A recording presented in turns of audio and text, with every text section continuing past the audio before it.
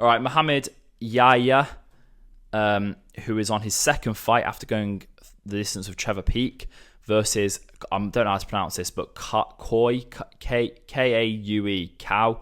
Fernandes, let's say Fernandes and Yahya, who's gone split decision against Mark Diakise. I can't find this footage anywhere. I can find people talking about it. Can't find this fight footage. I've watched their old fights, regional, but I do think it doesn't really show a lot about when they're a newer fighter, which is kind of a lot what I'm thinking about Jordan, the English guy as well. You know, the old fights on the regional scene or Cage Warriors, whatever, doesn't show how they're going to be in the UFC because it's a whole level above. Anyway, striking wise, Fernandes seems a lot better. He's got a lot of knockouts. A lot of like kick knockouts, punch knockouts, kick to the body. Watching a couple of his fights, he's very slick with his head movement.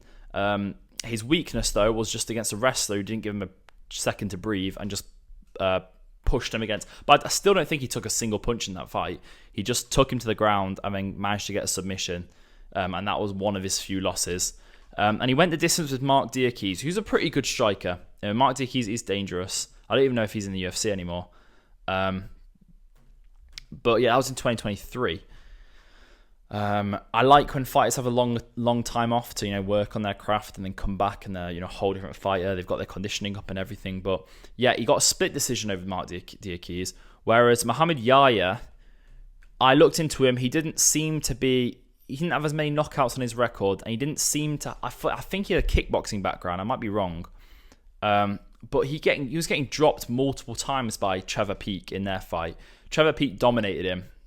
I think it was unanimous decision, and all the judges went like 30-27, I think. I think one went 29-28 is what I heard someone say on a YouTube video. Yeah, and that's Trevor Peake. I mean, Trevor Peake, he's definitely improved a lot more than what he used to be. But he dropped him multiple times, and I think that unless Mohammad Yahya, at least when I watch his old videos, unless he comes with some crazy wrestling game and just manages to mix in takedowns and wear down Fernandes, I see Fernandes just knocking him out, really. Just much better striking, really, if it stays on the feet. Yeah, so I'm going with Fernandes for that one. Fernandes. All right, here we go.